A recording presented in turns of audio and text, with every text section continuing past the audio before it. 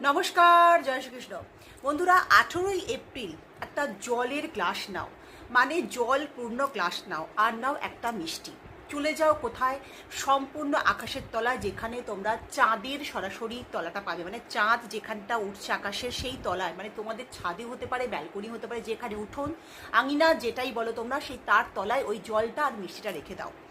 বলা হয় যে এই যে অমাবস্যা, 17ই এপ্রিল অমাবস্যার পরে 18ই এপ্রিল যে চন্দ্রকে তোমরা প্রথম দেখছো, সেই প্রথম দেখার পরে কিন্তু তোমাদের জীবনে যা যা তোমরা ম্যানিফেস্ট করবে সেটা কিন্তু পূরণ হবে।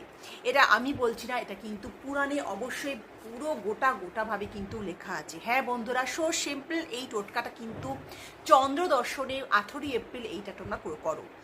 ওম সোম সোমায় নমঃ, এই মন্ত্রটা 108 বার বলবে। জলের গ্লাসটা রাখা আছে, মিষ্টিটা রাখা আছে, সেটা কিছুক্ষণ রাখার পরে ওম সোম সোমায় নমঃ এই মন্ত্র 108 বার উচ্চারণ করো।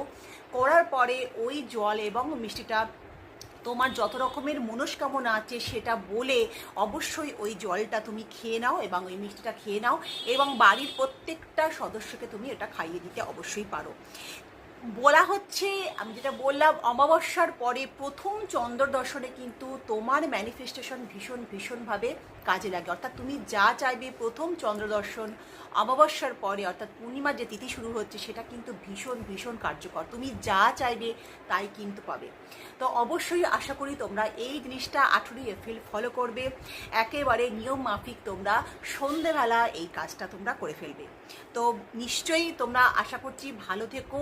আর এই জিনিস যেগুলো বলছি একদম অক্ষরে অক্ষরে পালন করো। তোমাদের সংসার এতে কিন্তু ভরপুর হয়ে উঠবে, শান্তিতে, টাকা পয়সায়, সুখ শান্তিতে ভরে উঠবে।